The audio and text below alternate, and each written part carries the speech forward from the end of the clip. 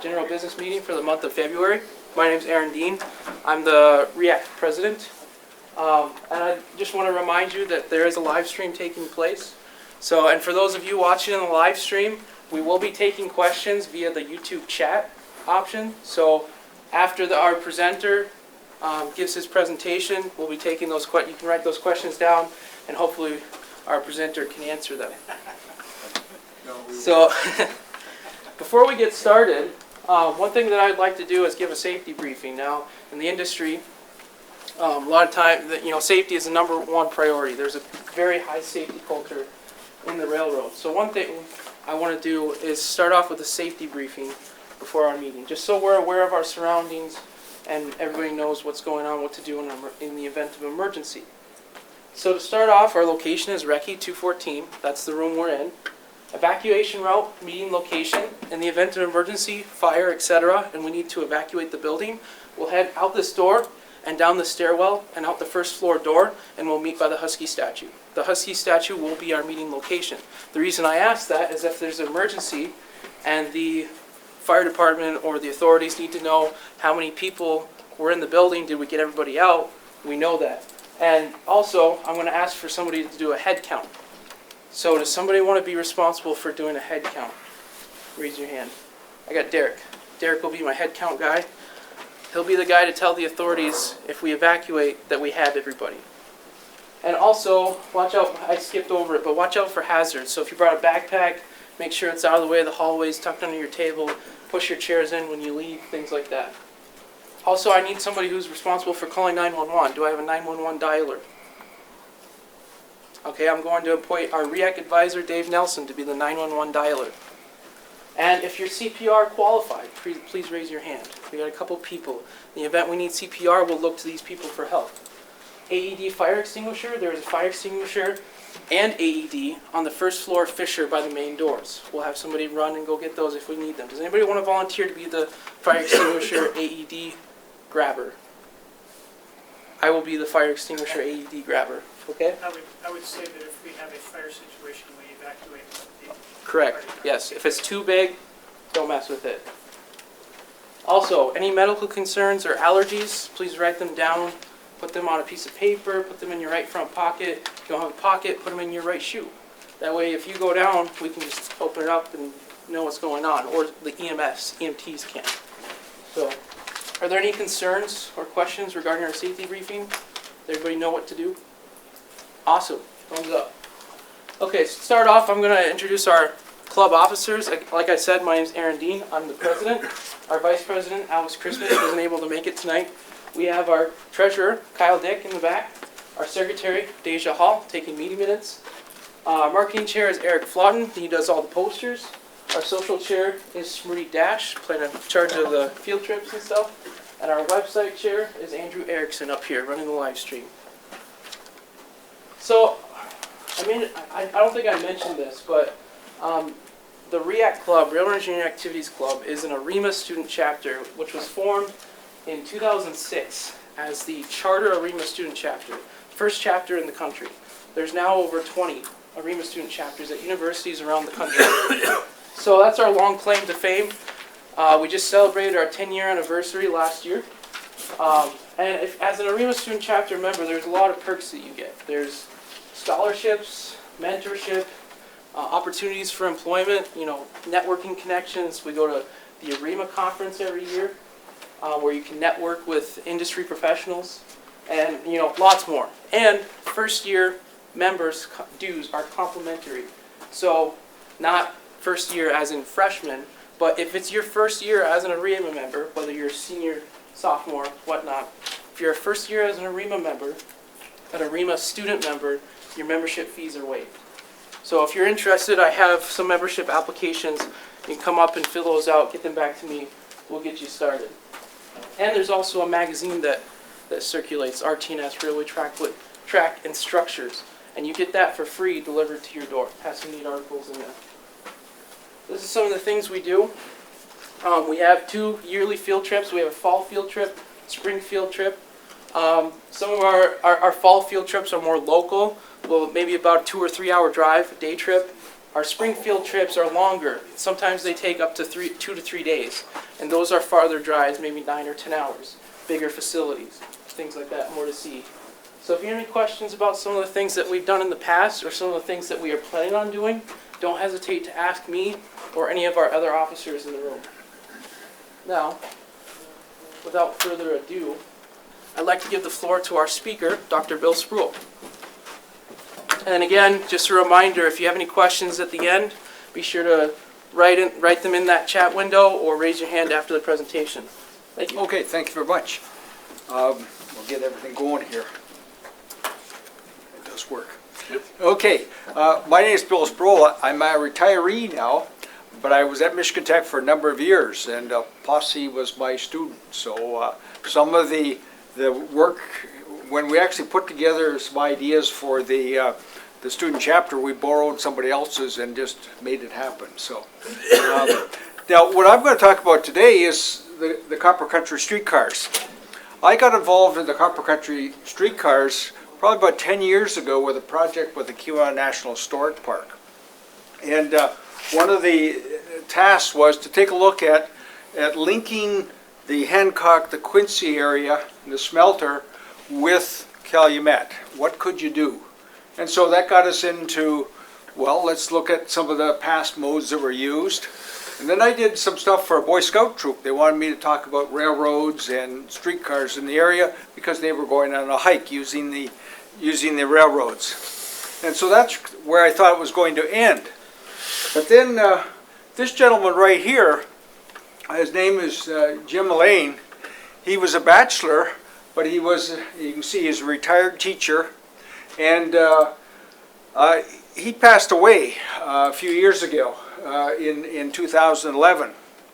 And somebody, his next door neighbor, as they were cleaning out his house, said he had an amazing collection of streetcars and railroad stuff. And his neighbor said, well, what are we going to do with all this stuff rather than just send it to the recycle or trash, the garbage pit? And the neighbor said, there's a guy at Michigan Tech that might be interested in it. So they contacted me and said, sure. 25 boxes of stuff arrived in my office of railroad stuff and streetcar stuff. This fella would travel the world and took photos of streetcars. He gathered up streetcar stuff, and he had a couple of boxes of stuff out of the Copper Country. So what am I going to do with all this? And I talked to the archives people and said, well, why don't you make it into a book? And so I put together a proposal and was accepted. And so this is the results of that. It came out about 4 or 5 years ago, this particular book. So I've taken some photos out of the book, and I'm going to tell you the story about the streetcars in the Copper Country. I actually dedicated the book to Jim. I'd never met him, but he was the catalyst that got this thing going. So I'm going to take you back to about 1900 and take a look. Now you probably figured out where Michigan and where Wisconsin is, but the presentation is for those who don't know where it is, and we're going to focus on the Copper Country.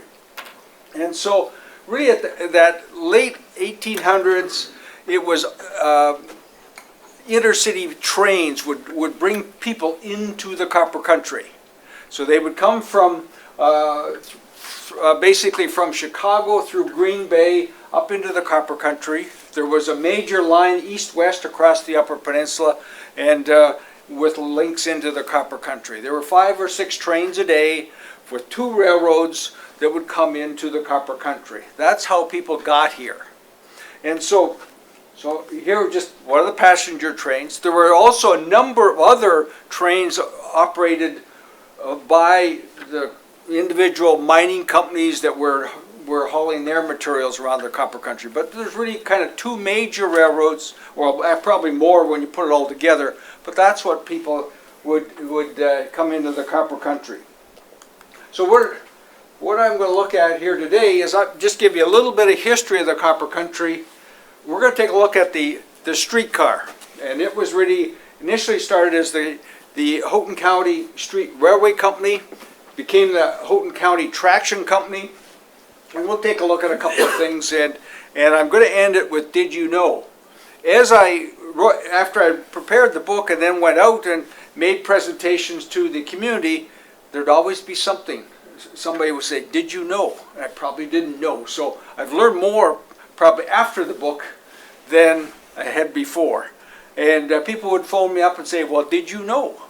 And they would say, well, come on out, I'll show you where all this stuff is. So you may have some did you know too. So really the copper country basically was really started out, copper mining was really in the mid-1850s, basically when they first discovered copper and looked at the feasibility of extracting copper out of here. It was actually 1846. And it was actually a few years before the gold rush of California. And so when they started to discover, it was more up at the north end of the peninsula where they discovered copper. And we could actually, so around Eagle Harbor, Eagle River areas where some of the first copper was extracted. And then in the 1860s, then they discovered a great find of copper in what we know as the Calumet area. and so as I say, it's up near Eagle River, Eagle Harbor. Central was one of the major mining areas of the time. The Native Americans had discovered some copper up near Copper Harbor long before Douglas Houghton had made his report on copper here.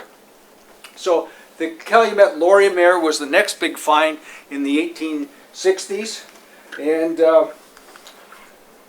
so that area is known as Calumet. So Calumet includes several areas, and this person over here on the Alexander Agassiz, he became the president of this company. It was actually two companies initially, the Calumet Company and the Hecla Company. They merged together, Calumet and Hecla. And it was probably the most, they made a fortune in copper. And all the investors were from the Boston area. So that's where the investors were from Boston. They would invest their money and take their money back home and build fancy buildings and build Harvard and all these different things. So that's why you'll see places like Boston, Quincy, Delaware, because it's that New England money. Alexander Agassiz was the president of the Calumet and Hecla Company from the mid-1860s till probably about 1920. We'll touch on him again. But basically, he was a fascinating person. He was really a biologist. But he was connected to some of these investors, and they said, well, why don't you head up our company? So his wife did not like to live in the copper country. So his wife only came up here for a little while. And so Alexander Agassiz only actually was here about half the time. The other half of the time he was doing research projects at Harvard, and he would lead world expositions on biology. And so in Harvard always, where do you get all your money? And then people at Calumet wonder, well, what's he doing the rest of the time? So kind of a good story as you read more about Alexander Agassiz. So what we know as Calumet today was actually called Red Jacket. It was actually called Red Jacket. So this is a photo of and so this over here is Agassiz Park, and there's actually a statue of Agassiz up in Calumet. It actually didn't become Calumet until 1929. So we'll see that as we look at the roots of the system, Calumet and Red Jacket and some of the other cities. So streetcars were really common in the United States and throughout the world in the 1990s or 1900s. And actually Detroit at that early part of the 1900s had probably the most extensive streetcar system in the world. So that's where this idea came from. And so actually in the Upper Peninsula, these are the 6 communities that had streetcars. It was the main method of transportation in many of these cities. They would have intercity passenger trains that would link the cities together, but within the city, or within the town, these are the 6 cities that had streetcars. None of them have them today. This one on the left side here is Marquette. Had a very extensive system in Marquette. Well, if we kind of look at Houghton County here now, this is the company that founded or formed the Houghton County Street Railway Company. Was founded by James R. D. And D was born in Central. His mom and dad his dad was a miner, and so that's where he was born. And then he moved to Houghton when in high school, as a high school student. And he lived in the hotel. He became a bellhop in the hotel. That paid for his room and board. And he also started to run telegraph for the Western Union Telegraph Company. But he was pretty sharp. Within a year or so, he was the manager of the Western Union Company. And then he bought the franchise. And then he started to do all kinds of other things. He got involved with the Peninsula Electric Light Company. So he was actually the person to bring electric lights into the Houghton area. And so quite often what happened is the electric company would be, a subsidiary would be, run the streetcar companies in many cities in the United States. The financial backer for it was a company called Stone & Webster. It was a famous consulting firm. They worked throughout the United States, and so what they would do, they'd line up some funding or financial aid to the community, but they would do all the engineering work too. And they would take their skills across the country. Now, D was really an amazing person. I said he got involved with the Western Union. He was a founder of the Onagaming Yacht Club. He was a founder of the Portage Lake Golf Club. He actually owned a semi-professional baseball team. We'll find out he owned a professional hockey team. He actually he got involved in real estate. So he actually owned the Hotel D. He owned the Douglas House. He owned several of the buildings downtown Houghton. So has anybody been to the Siberia? He owned that building. He owned the building. He built the building and owned it. Or the Houghton, where the Wells Fargo Bank was downtown. He built all those buildings down there. He was really something. He was really kind of an entrepreneur. So anyways, they put together the company, and construction began in June of 1900 on a line between Houghton and Boston. Everybody ever knows where Boston is? This is Boston, Michigan. Okay, has everybody been to Boston, Michigan? It's up north. Well, I better back up then. Well, you better see where Boston is. So Boston is right in this area. Is where Boston is. So we'll be back with it. Show you where that is on a map, because we've got some good stories about Boston. So in the 1900, they built a powerhouse and a car barn in West Hancock. We'll see photos of that later. And actually, service began on October 27th, 1900, between Houghton, downtown Houghton, and Boston. And in the following years, they started to extend the service. So in 1901, they extended the service from downtown Houghton to East Houghton. And actually, the end of the line is right behind the library here. That was the end of the line on Houghton Street, right behind the library. They also extended it north to Laurium and Red Jacket. Now we know where Red Jacket is. And to Wolverine, a little farther north of what we know as Calumet today. Then a couple of years later, they extended a line to Lake Linden and Hubble. The reason it took a couple of years, there was some debate over kind of the rights to operate on the street. When you operate on the street, the communities wanted you to look after snow removal on those streets too. to get the rights to operate on the street. And then in 1908, they extended it further from Wolverine to Mohawk, farther up the... So the vehicles themselves, electrically powered units, streetcars, was pretty dependable service and was fairly frequent. Whereas the intercity trains with maybe 3 or 4 trains a day would be between Houghton and the Calumet area. This service could be every half hour. So very frequent service. In the cities they were often called streetcars, or in today's terms, and then when it operated between cities it was often called InterUrbanus. So in southern Michigan there was all kinds of InterUrbans that would link those small communities together. Streetcar, electrically powered vehicles that would link. There was a major network of InterUrbans. Passengers would board on the street, in the towns, and at stations between towns. So we'll see some of that. In 1908, they changed the name a bit. They changed it to the Houghton County Traction Company. It was kind of a refinancing that they got into. That's why they changed it. So here's just a look at one of the cars. They could actually load from both ends. There would be 2 people on the car. There would be the car operator and a conductor. The conductor was checking to see that you'd paid your ticket, and the operator would drive the vehicle. Okay, so on-street boarding. Now this is a map of 1909 of. This is probably their biggest year was 1909, 1910 in terms of ridership. And so the red line kind of shows you where it did operate.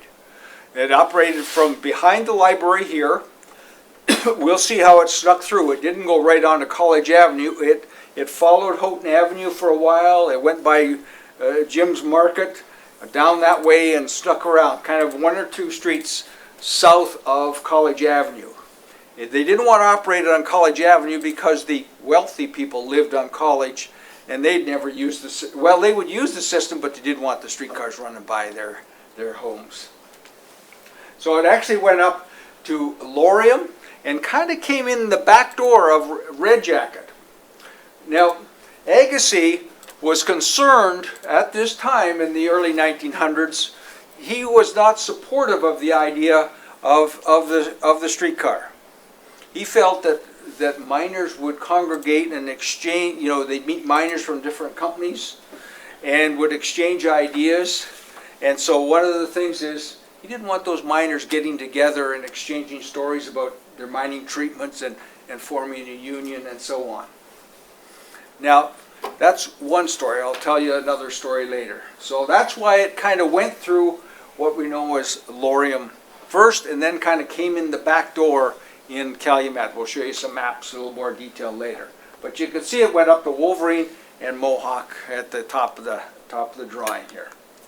So the total system was 27 miles, on-street running in towns, and then said generally it was a single track with some bypass sections. So we'll see some photos, and you'll see, oh, there's just one track down the middle of Houghton. And then it was on a separate right-of-way between towns, standard railroad gauge, and they actually had a published schedule, so you knew what time the trains were going to leave different stations. And there are actually 5 routes. There are actually 5 routes on the system from Houghton to Red Jacket. So you could actually get on the streetcar right behind the Michigan Tech here and ride all the way to Red Jacket. There was a Red Jacket to Laurium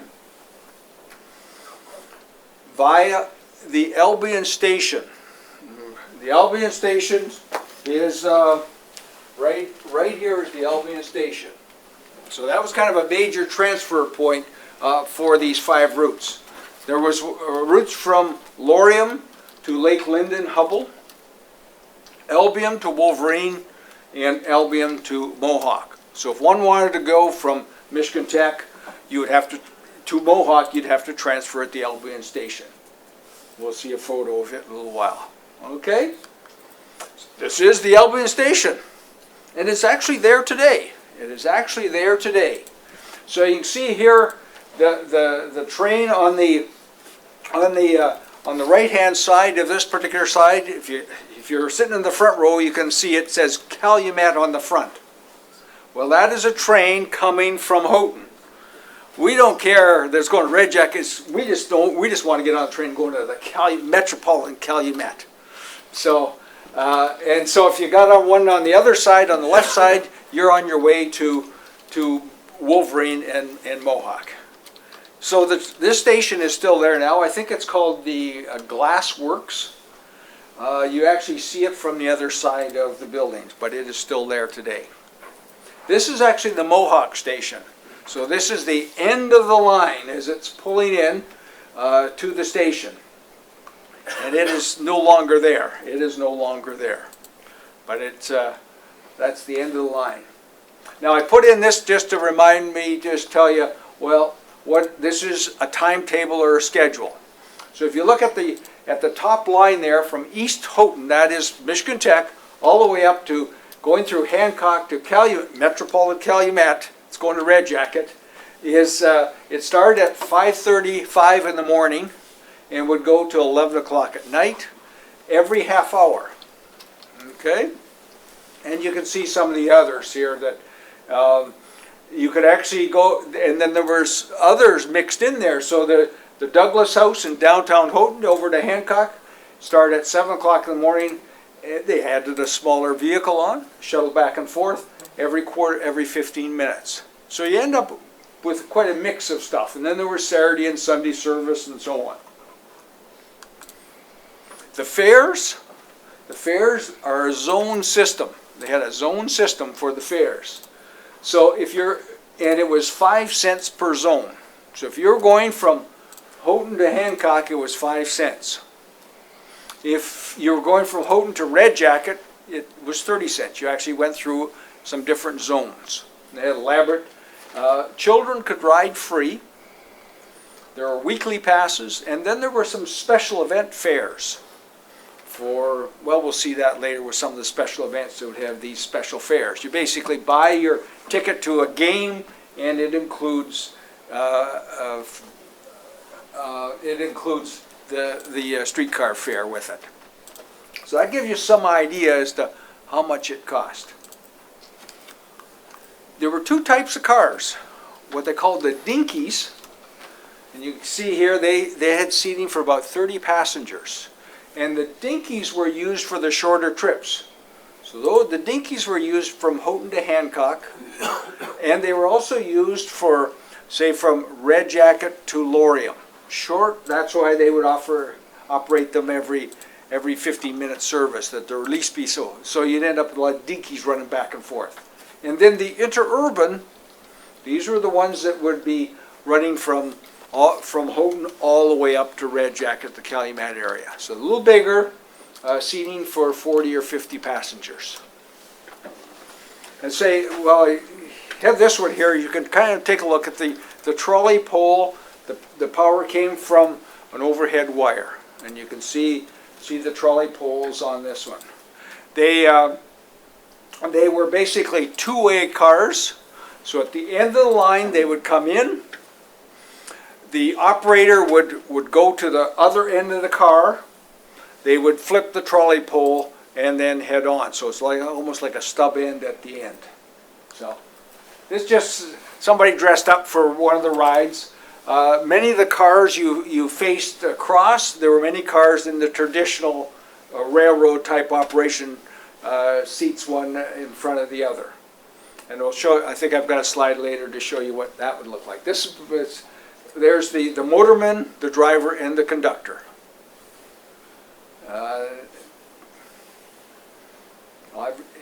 This was a special event. Everybody just didn't dress this way every day.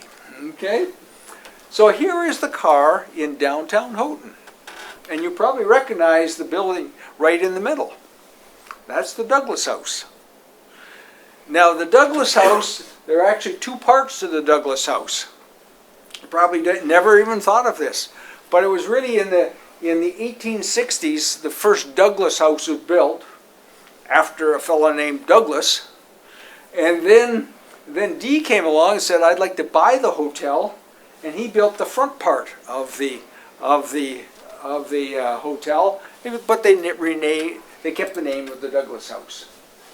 So as you see here, there's just the one track through downtown Houghton. This is an eastbound car heading towards the university. Heading towards the university. Here we're just kind of looking at it as you're in that car looking east. This is Sheldon Avenue as you're looking towards the university. So you can see the one track. One track. And here's at that time it was called the Michigan College of Mines.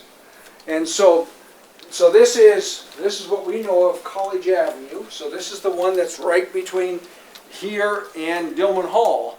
At one time that was a major highway. That was a major street called College Avenue. And so the streetcar came in on this street here.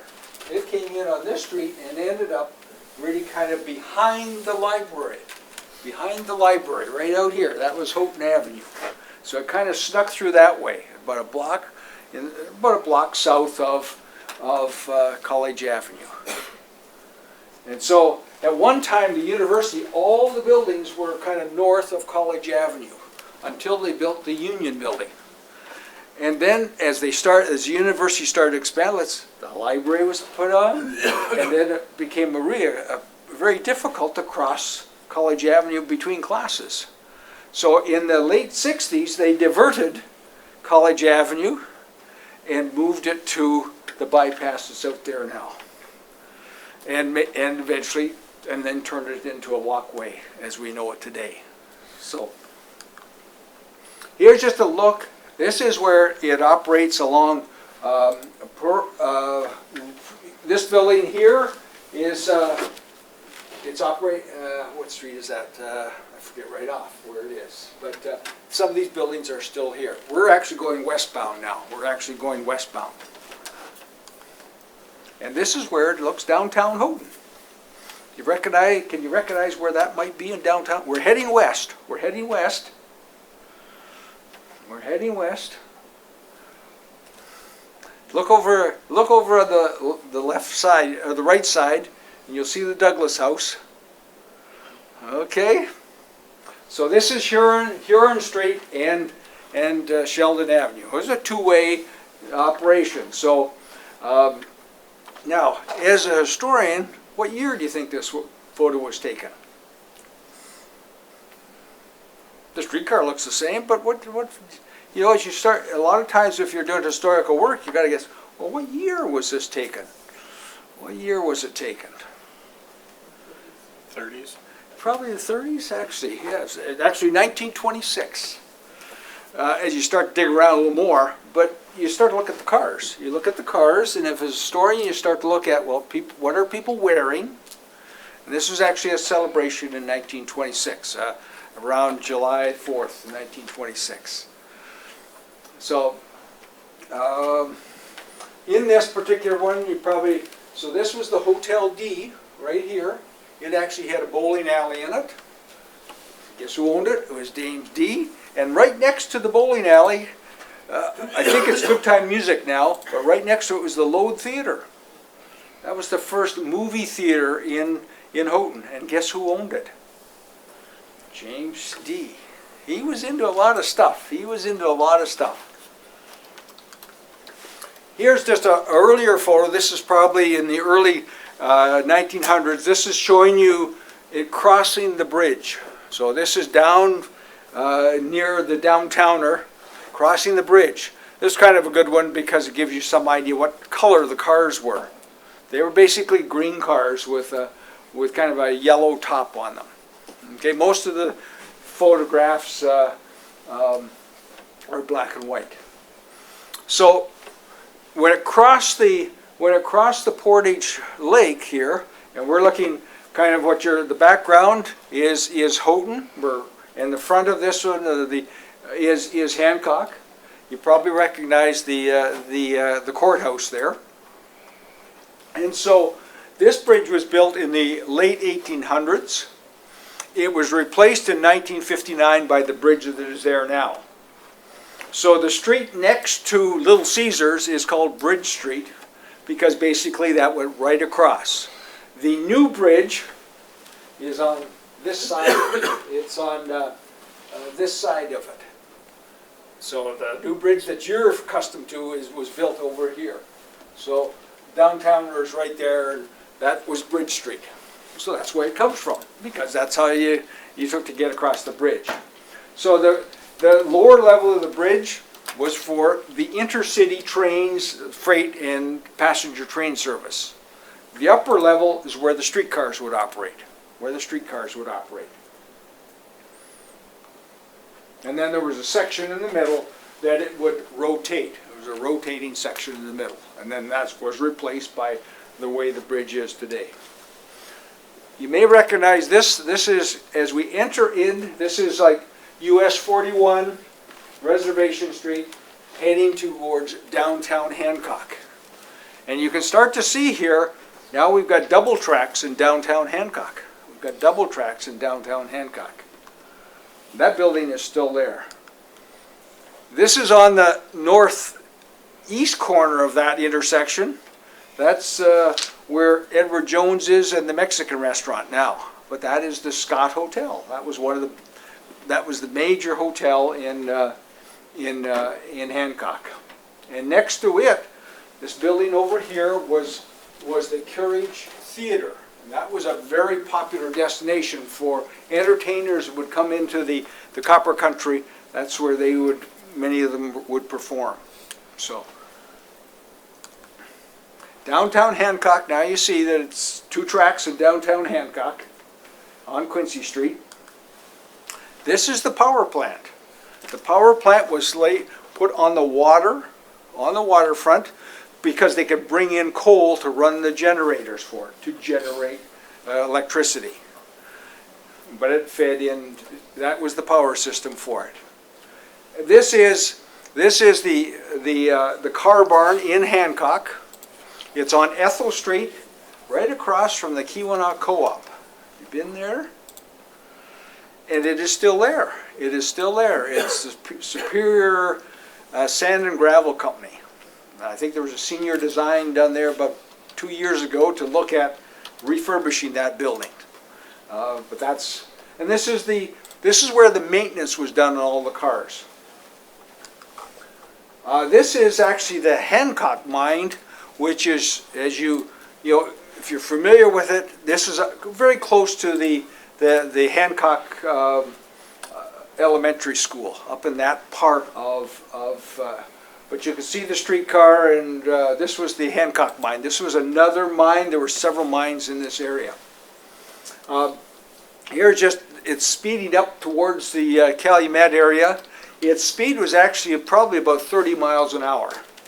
It would take probably about an hour to get from Michigan Tech to downtown Red Jacket. This is one of the stations. On the way. This is the Acadia Station. And you can see everybody out ready to go on the train. But most of the stations were set up so the bottom level would be often a waiting room, and would often have a little store or coffee shop. The upper level would be the people who had the franchise or for this particular station. So a family would live upstairs, and they owned or operated the store in the lower levels. In some of the bigger stations, they'd have a men's entrance and a women's entrance, so we didn't want to mix them up. But this is in Boston. This is the Boston Station, and the Boston Station is still there. The Boston Station is still there. And so you can see here that the candy, soft drinks, are in the lower level, and then the sign "No Loafing," because these would be great places to hang out because there are lots of activity going on. So this is the Boston location. So nobody's been to Boston, Michigan? Next time you're up to Boston, Michigan, Boston Road goes right by as a north-south road, and it intersects with another major road in downtown Boston. You'll know if you've been to Boston. This building is on the southwest corner of that major 4-way intersection. And right next to this, there is a garage, a stone building that is the garage, which was the end of the line in the early years. So they built this as a storage. So that's where they keep a couple of cars in there, and they could introduce the cars in at Boston. But another interesting one at this particular location, at the northwest corner of that major intersection, was a baseball park. What do you think they called the baseball park in Boston? Are there any baseball fans in here? Fenway Park is what it was called. Fenway Park is what they called it. If you're a Boston Red Sox fan, that's what they call the baseball park in Boston, Massachusetts too. So that's what did you know? Okay.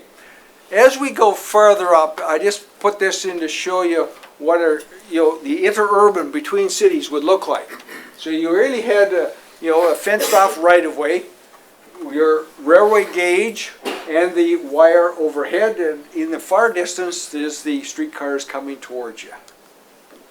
Now, there was regulations in Michigan that a streetcar line could not intersect with an intercity rail line.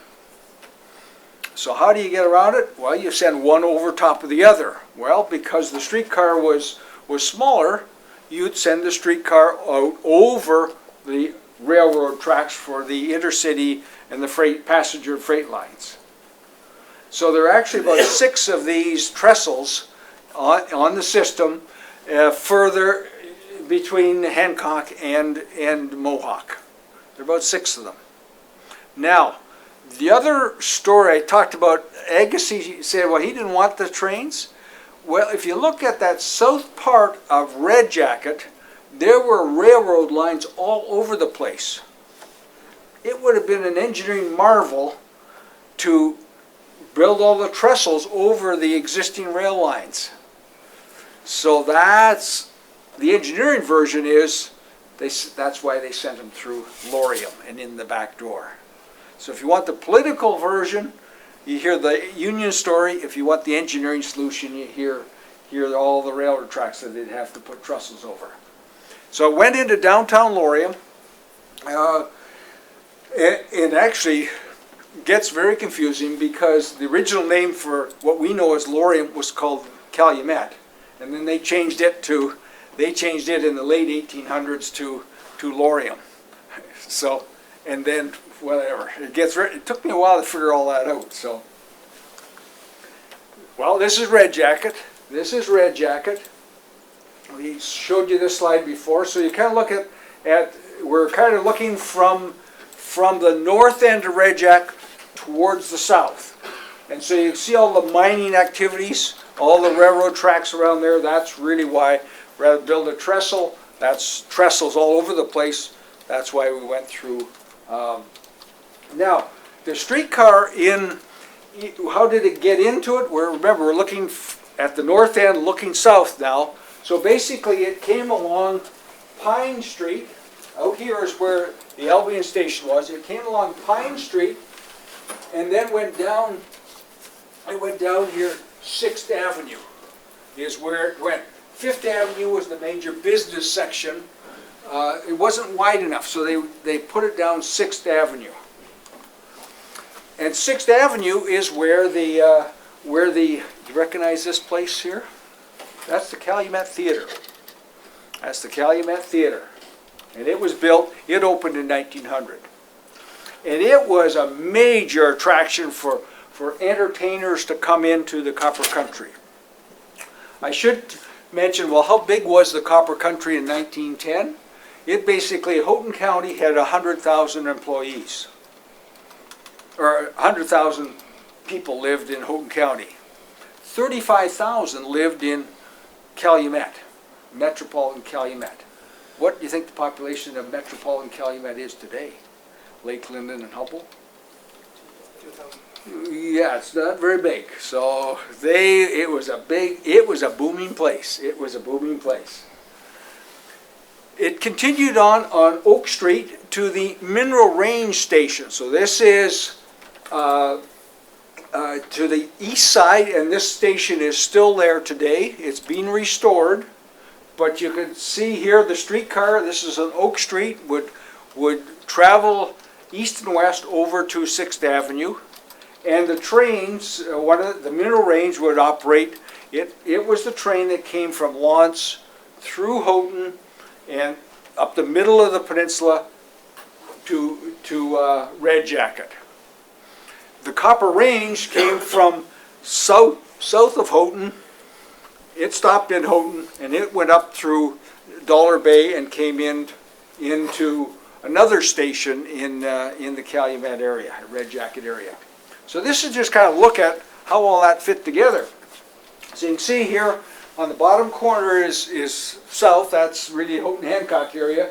It came in, went through downtown Laurium. You can see the Elven Station. It came along Pine Street and 6th and intersected with the middle range here at this particular station here. The Copper Range came in this way, and there was a Copper Range station up here. And so, but that's kind of how it all fit together. And when they made transfer in Albion. Now there are a number of special events that took place. You can see here this is actually related to the strike in 1913. And this was one of the rallies they had.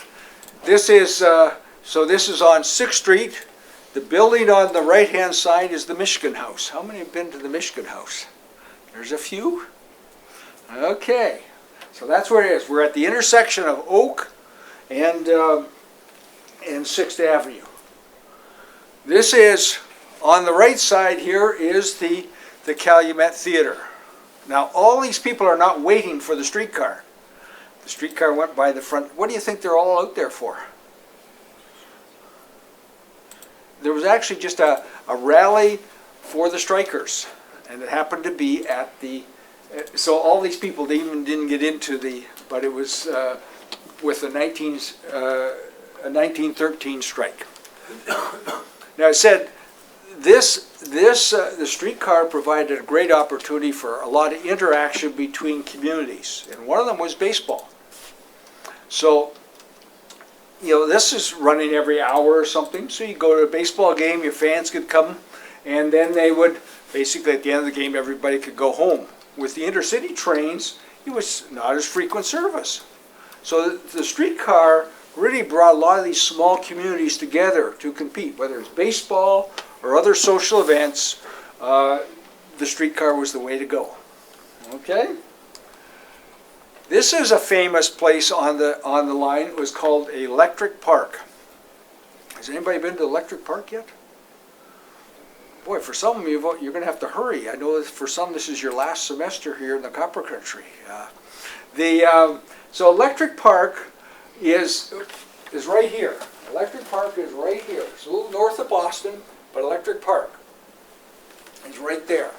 And it was an amusement park. It was basically a park, and you can say it's the most popular resort in the Copper Country during the summer months. So it was open during the summer months.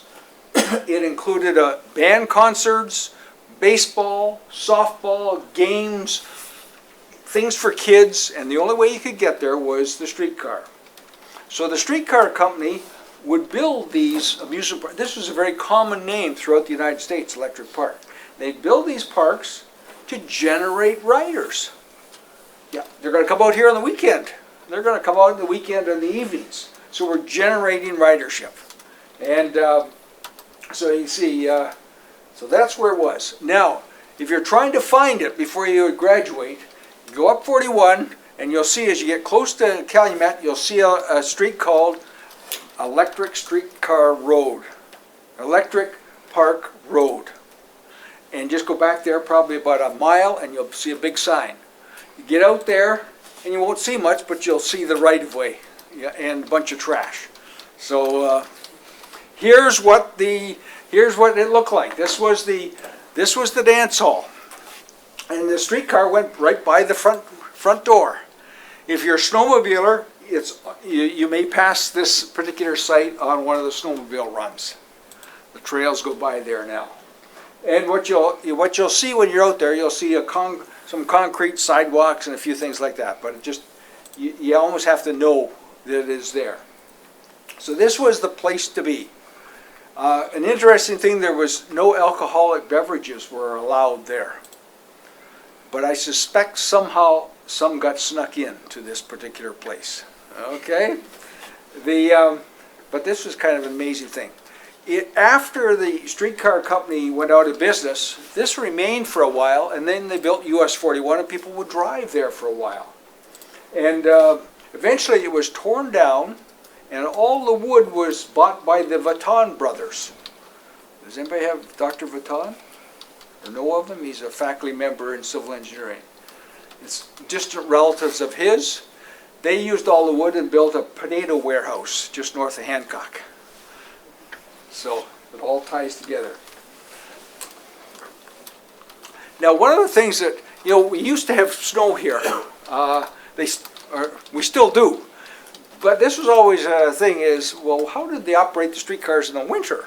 Well, this was a bit of a challenge because one of the requirements is the streetcar company was to get ability to use the city streets, they had to plow the snow off.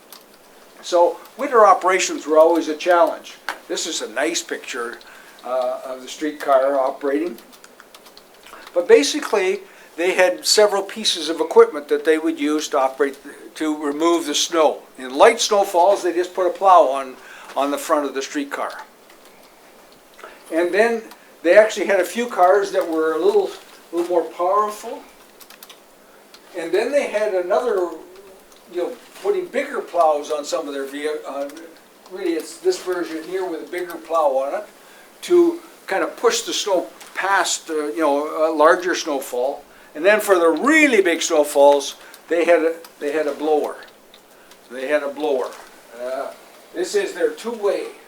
So it had a blower on both ends. So they would just blow it off the side, and then they would hit, quite an elaborate system to remove the snow.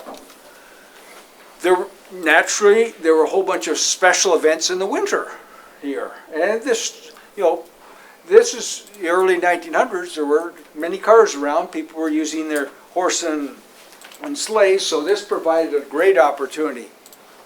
So this is, a lot of activities took place in the winter, whether it's the Calumet Theater, the Carriage Theater, or some hockey. And so on the front of this one talks about hockey. And one of the major hockey structures in the Copper Country was the Amphidrome. It is now known as D Stadium in downtown Houghton.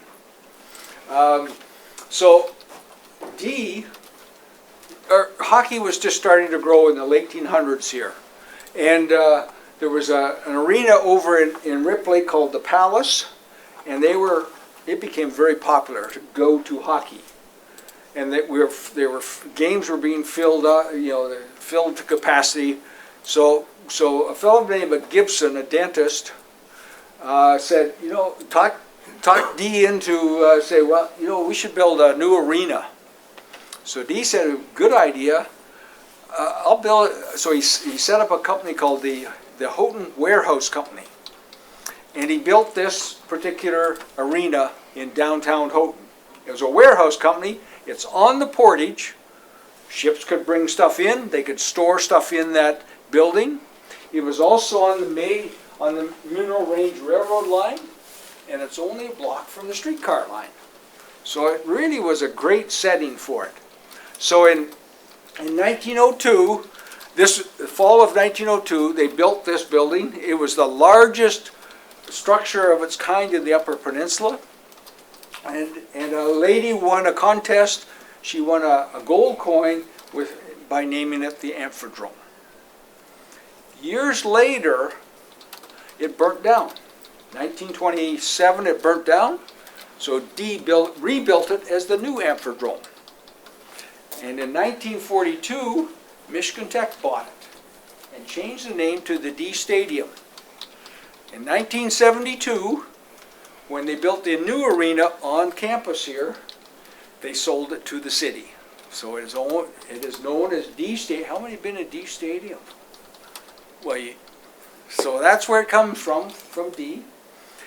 And when they built the arena on campus, the students voted to have some of their, voted for a fee for a few years, that part of their money would go to a fund to build the new arena. I think it was about $20 a semester, or quarter at the time. And that's where they generated all the money. So that's why they call it the Student Ice Arena. Ooh. Now you'd hardly notice what $20 fee was now, but that's where it went. Okay? Now, really this gets into a whole other story about hockey. The Amphitrome was opened in 1902, and they had a pretty good team. They won the that 1902-1903 team won the United States Championship. They had some good players. So Dee and Gibson said, you know, let's bring in some better players from Canada and really do well.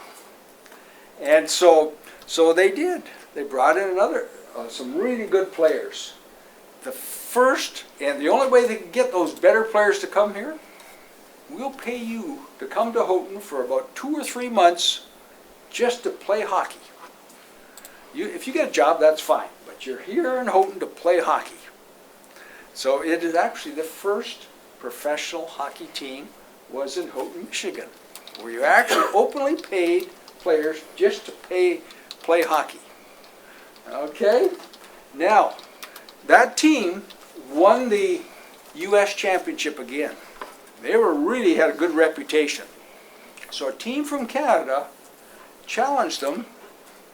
One of the best teams in Canada, the Montreal Wanderers, challenged the Portage Lake team to a 2-game series to see let's see who the best team in North America is. And it was billed as the World's Championship. The champion of Canada versus the champion of the United States. And it was held in March 21st, March 22nd, 1904. The World's Championship. Well, you say this is the greatest hockey games that will ever be seen in America. There were special rates, special trains. So there were special rates on the streetcar. You get a package deal, streetcar ticket, plus admittance to the game. Or if you're coming in by train from Marquette or other places, you get special rates on the train to come in here. Okay? This is that team. This is the team. The 1903-1904 first professional hockey team. And so in this photo, there is Dee. There is Gibson, the dentist. And he was he knew what players to bring in, and Dee was the financier guy. And so they were paid all the players except one were paid to play hockey. And so several of these players, then several years later, they returned to Canada and are in the Hockey Hall of Fame in Toronto. They're all Canadians except for one. Well, other than Dee, there was one guy here. He's from Hancock. He was a junior in high school. His name is Joe Linder. As a junior in, he was a good football player and hockey player in Hancock. What's he doing in this photo? Well, he was so good. He only actually played a game the whole year, but he was there on photo day. He's actually in the U.S. Hockey Hall of Fame. After his high school days, he moved to the Duluth Superior area and ran a grocery store, but became very active in hockey, starting hockey in that area. So that's why he's in the U.S. Hockey Hall of Fame. So that is the first professional team. In the summer of 1904, Dee and Gibson said, you know, we should actually form a league. See if we can get some entrepreneurs from other cities to have a professional hockey league. So the first professional hockey league started playing in December of 1904. The International Hockey League. The first league to pay players to play hockey. All the teams would pay their players. They would share gate revenues, and they had, well, all kinds of stuff. Okay?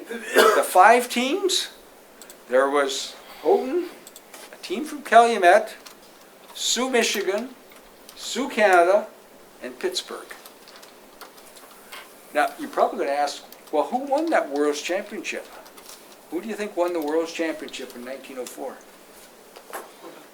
Well, your choice of one, it was actually Portage Lake. So they were actually the world's champions. So here, just to give you a sense of the ridership, the peak ridership year on the system, there were 6.5 million passengers rode the streetcar system. The daily ridership was anywhere between 10,000 and 16,000 passengers. Which do you think, which season would have the most riders?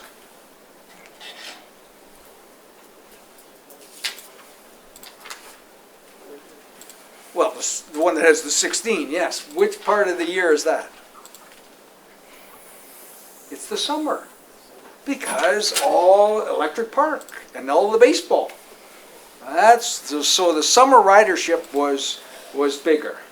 Okay? Now, there are several famous passengers that rode this system. Do you recognize these three? You recognize these three passengers? Everybody going to take a guess at any of them?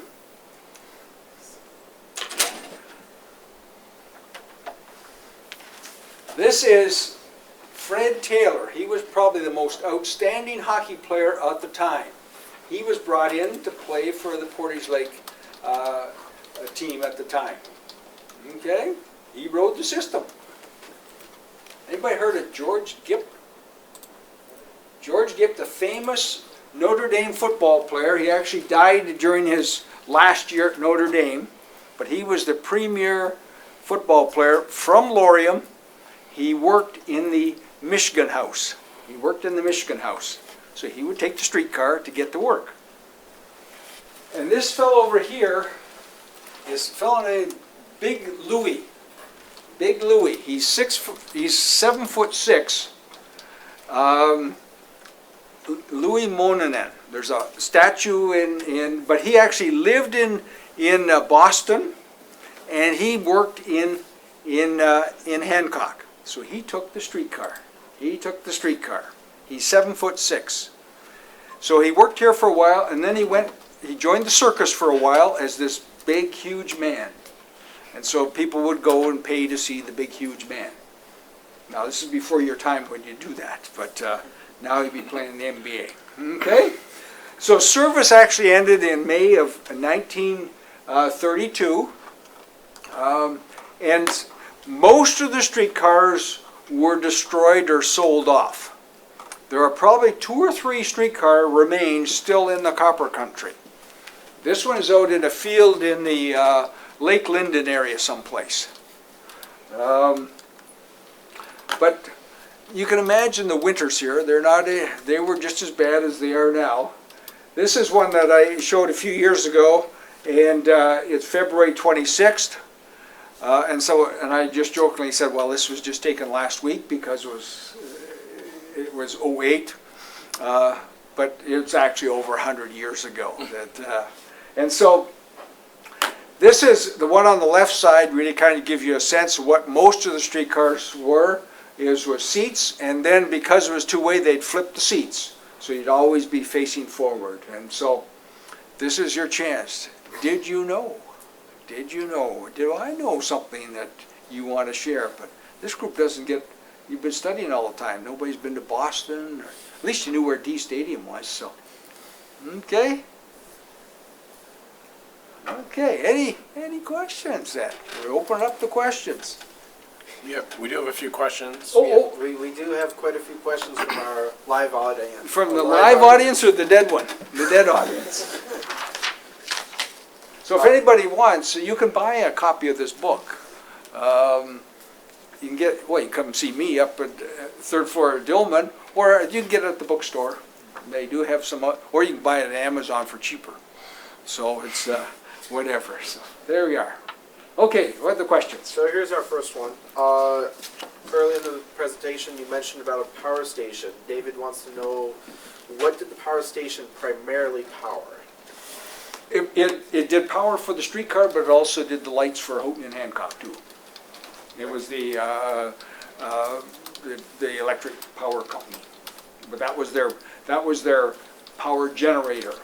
So they bring in fuel, bring in coal, unload it, and generate the power out of there. Our next one is from Ron, and he wants to know when new streetcars were brought in, were they brought in by train, ship, or truck? They were brought in by train. They would because they're standard railroad gauge. They just bring them in just as a train of them. They had I forget how many they had here. I got this written down here as to how many streetcars they had. They had about 20 streetcars altogether. 20 vehicles, and they had 6 of the snow vehicles. They had a couple of the blower type, and then they had a lot of those fancier ones with the big blades on the front of them. And most of their cars were Brill. That was a major streetcar company at the time. We have 2 more. Okay. Did the baseball teams commute on the streetcar along with the fans? Yes, they would. They would. Because, and then what they do is they put on extra, increase the frequency. Depends where they're going, but if you're going to Mohawk, you'd probably go on the streetcars. And then our last one is from Karen. Why was it a priority to have separate entrances for men and women at rail stations? They didn't want them mixed up. They didn't want them mixed together. Okay? You guys don't even remember when they had separate entrances for bars, that the men would go in one door and the women and their escorts could go in another door. You probably remember that, don't you? So there you are. There you are. Good story. Yes, Aaron? You showed that picture of the dilapidated streetcar sitting in a field. Is that around here locally? Is this Yes, that's one here. Yeah. It was in the Lake Linden area. Lakeland area. And then there's a, Private property. yep. It may not look like that now. This was a few years ago, so I think over the years it's kind of weathered even more. Right. There is somebody on Lake Gratiot that actually has took one of the streetcars and turned it into a summer home. Oh. And it's kind of the front room of their place. They've added stuff on, but it's Lake Gratiot. There's one up there. Virtually everybody else, and there was one near Driving Park for a little while as kind of a clubhouse, but it has since disappeared. Most of the streetcars were destroyed or taken apart and shipped off someplace else. They're mostly wooden structures. Most of it was wood. So, okay, there you are. Okay. We got one last question that Okay. came in, and this is from Alwooden, and he wants to know, as the history of Michigan Tech streetcars are connected to each other, what do you think if Michigan Tech replaces the current shuttle service between the MUB to the SDC, Upper Daniel Heights, Lower Daniel Heights, back to the MUB with a streetcar? Well, it was a few years ago we did a student project on this, a senior design project. We looked at automated transit between the two, kind of the main campus and the SDC, and they looked at gondola cars, and the cost was a bit prohibitive. The people mover was $20 million, and the gondolas were $8 million at the time. That was just the capital cost, and then you have to operate them. It's a good idea, but I'm not sure that the ridership would warrant it at all. Because how many use the shuttle now? It's often easier to walk. Really what you want is instantaneous service. When you get on, you don't want to wait. So, oh heck, next one is in 15 minutes, I'll walk. So. And I think we've done it with a couple of rail projects, how much it would be. It gets up pretty high. Gets up pretty high. A little more expensive than Michigan Tech students want to pay. Okay? Danced around that, so. We have one more. Were any streetcars sent to other cities to use? No, they were all destroyed. All the streetcars out of here were destroyed. So one of the projects we did a few years ago, I talked about the Calumet National Historic Park, since all of them are disappeared. Well, but there's actually a company that will actually make replica streetcars. You could give them the old plans, and they would make them and paint them the same colors with upgraded ADA equipment and so on. So you could actually recreate the existing streetcars that used to operate here. And there's a company out of Iowa that makes replica streetcars. So when cities have brought back vintage or historic streetcars, they may get one or two of their originals, but most of them are going to be brand new cars, made to look old. So there you are. There you are. So fascinating history. Thank you. See. Okay.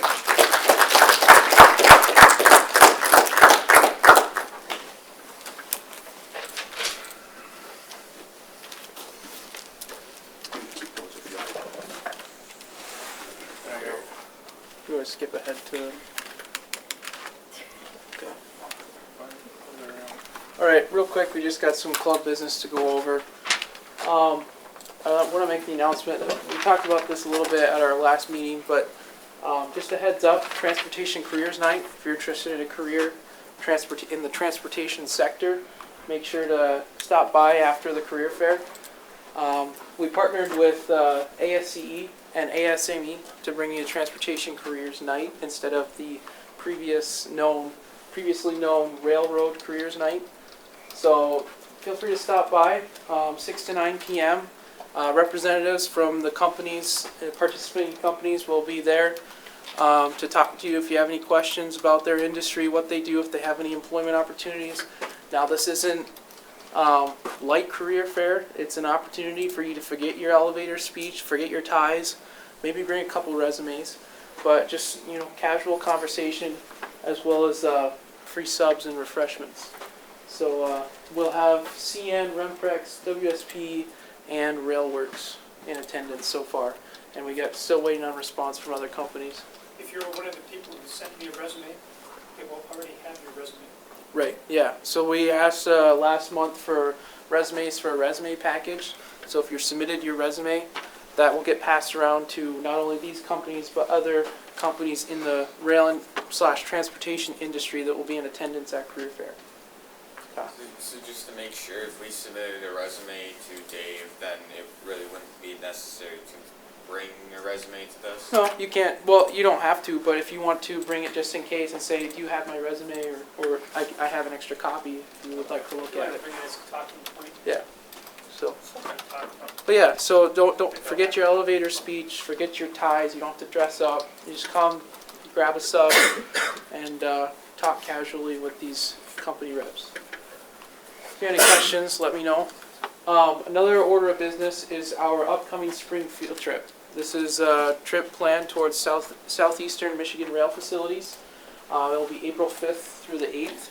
We'll leave probably late Thursday morning and then return on Sunday evening down in Monroe, Detroit area. Some of the potential visits that we've discussed and we're working with representatives from those facilities is the DTE coal facility in Monroe, the Port of Monroe, the Jeep facility in Toledo, how they load Jeeps and automobiles onto auto rack cars, and Greenfield Village and the Ford facilities in Detroit. So if you're interested, we have sign up available now. There is a $20 fee, which will be used to cover trip expenses. So if you're interested in signing up, you need to see Smriti right after the meeting. Talk to him. He'll get you signed up. If you have any more questions, talk to Smriti, talk to me, talk to Darren. Darren's been kind of in charge of contacting all the companies in the area since he's from that area and he knows people down there. So if you have any questions, let us know. If you're interested, we'd love for you to join us. Another thing is we'd like to give you a budget update, so I'm going to have Kyle, our treasurer, come up and talk about the budget real quick.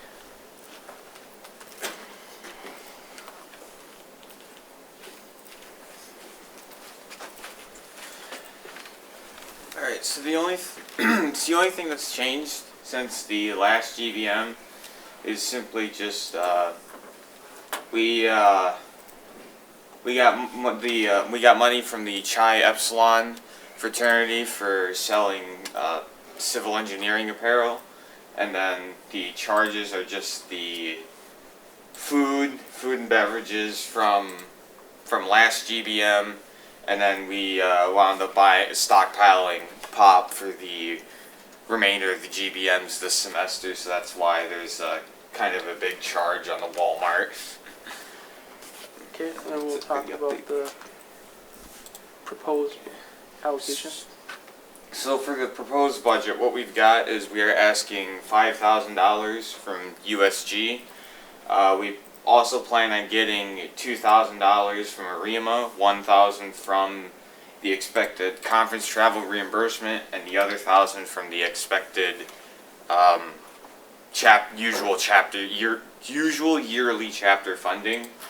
And then we expect to get revenue of about $500 from Careers Night from companies coming and sponsoring us.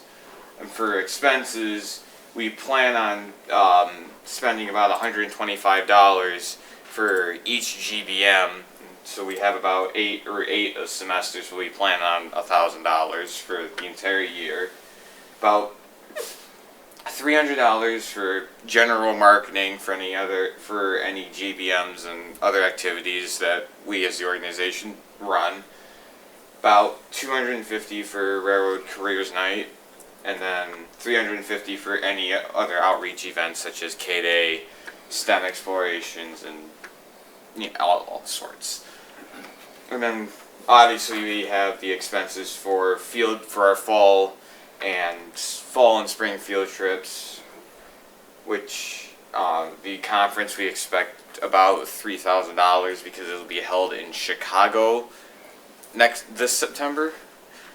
And then our fall industry trip is usually just a short trip, so that's only going to be about $500 or $600. And then our spring industry trip is usually the week-long trips, like the Monroe trip that we'll be taking in April. And for next time, we expect to spend about $2,600 for that. And that in itself all adds up to $8,100. We're going to be asking. We expect to get $7,500. Our revenue is a little high, but we'll try to work that out a little bit, do some budgeting a little bit, and in the end, we'll just be requesting about $5,000 from USG. So, Great. Thank you, Kyle. you're welcome. So we'll have USG budget hearings coming up in the next couple of weeks, just to give you an update on our current budget for next year. So. Great. And then with that, I'll ask Dave to come up and give some announcements as far as the rail transportation program goes. Okay, as you can read in the slide, we've got a summer youth program coming up. That is a program that we run during the summer for high school students. If you have family members or anybody who is interested in that kind of thing, or friends, summer youth program, we have about a half scholarship, so it's about $350 for a student to come up for the week for that. We're still looking for somebody to help us out during the summer as a student. So if you're a student that's going to be in the area during the summer, let me know. We may be able to give you a part-time job to help out during the summer. Amtrak and CN scholarships. There are still, those applications are available. CN closes, I think, in April, and the Amtrak scholarship, I think, closes in March sometime. So those are out there. Go online, look for those application areas, and put an application in if you want to. Kyle? Were you able to get a hold of anyone at CN to see if they are doing their... No, but this has happened every year since I've been here, so Okay. I'm assuming that they're going to open it up sometime soon. What was the issue? The website just says, it still says 2017. 2017, and it's not open yet for you to put an application in. But keep an eye on those. I think they're $3,000 to $5,000, something like that, so a fairly significant amount of money on each of those. Also, job opportunities. Been getting a bunch of them lately. I've forwarded them to everybody on our email list. Brought some of them with me. Had a rail design specialist from STV, transportation engineer from Knight Industries, a transportation engineer from, where's this one from?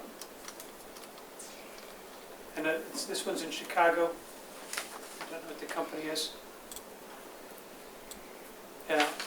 They're up here as well. One from AECom, looking for a freight rail design engineer in Chicago. Hanson Engineering has been looking to try and partner with us more and trying to offer more opportunities to our students. They sent us 3 positions that they were advertising for, one in Overland Park, Kansas, one in Indianapolis, and another one that was a senior position, so not for one of you guys, but for somebody later on. Some information about Hanson if you're interested in that. I also just got some information from Hanson about their intern program, and they are really interested in sponsoring some of our students for an intern. So if you're interested in that, let me know, and I'll put you in contact with those folks. They will already have your resume if you gave me a resume, because I sent that off to them today. And then one other one from the state of Michigan, looking for a rail safety inspector. That would be a job for somebody graduating this year. So, things out there. We keep posting those as they come in. A lot of people want to get our students to work for them because they have a good reputation out in the industry. Any questions? Oh, looking at classes for next fall. Our railroad engineering class will be offered. Prerequisite for that is the Civil Engineering 3490. We are trying to make a possibility for anybody who wanted to take 4404 and missed that opportunity this spring to pick that up. So we're thinking about that. If you missed it and you're interested, let me know, and we'll talk about how we can make that happen. 4402 is the Civil Engineering Department's traffic engineering class. That is one of the options that's available as one of the electives that you can use for the rail minor if you're interested in that. And then Intro Transportation Engineering 3401 is another one of the ones that can work towards the rail minor if you're interested in that. So I will be teaching 4404, but not any of the other ones. Any questions for Dave? And I'll leave these up here if anybody wants to look at them. All right, thank you. Okay, that's pretty much it. We'll move into our raffle prizes. We have a few raffle prizes here. We get a travel mug from Bergman Associates, a nice ball cap from Rail Pros, and then a beanie from Escanaba and Lake Superior Car Shops. So we'll start with the travel mug.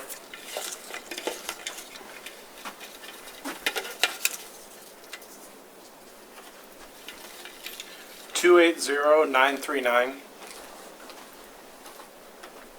280-939, there we go. Congratulations. And then we'll go with the ball cap, the blue ball cap.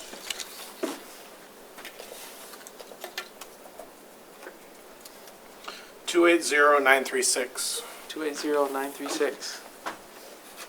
There we go. And last but not least, our ENLS beanie. 280,935. 280-935. Anybody? 280-935. Oh, they must have left. They missed out.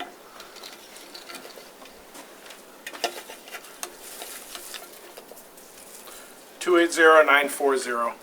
There we go. Congratulations. All right. Something you could use. Thanks for coming, guys. I appreciate you guys taking the time out of your night to join us. So thank you, Dr. Sproule, for giving your presentation. It was really, I enjoyed it. I hope you guys enjoyed it.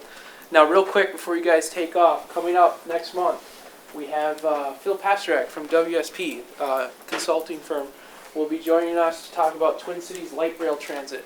So more of a shift to the modern era, so to speak, as far as light rail transit is concerned. That's March 20th 7 p.m., same place, same time. It's also Taco Tuesday, so we'll have tacos here that meeting. So thank you. If you have any questions, come talk to me afterwards. I won't bite, I promise. Oh, and also for our viewers online, make sure to like and subscribe to the Rail Transportation Program YouTube channel. So, good night.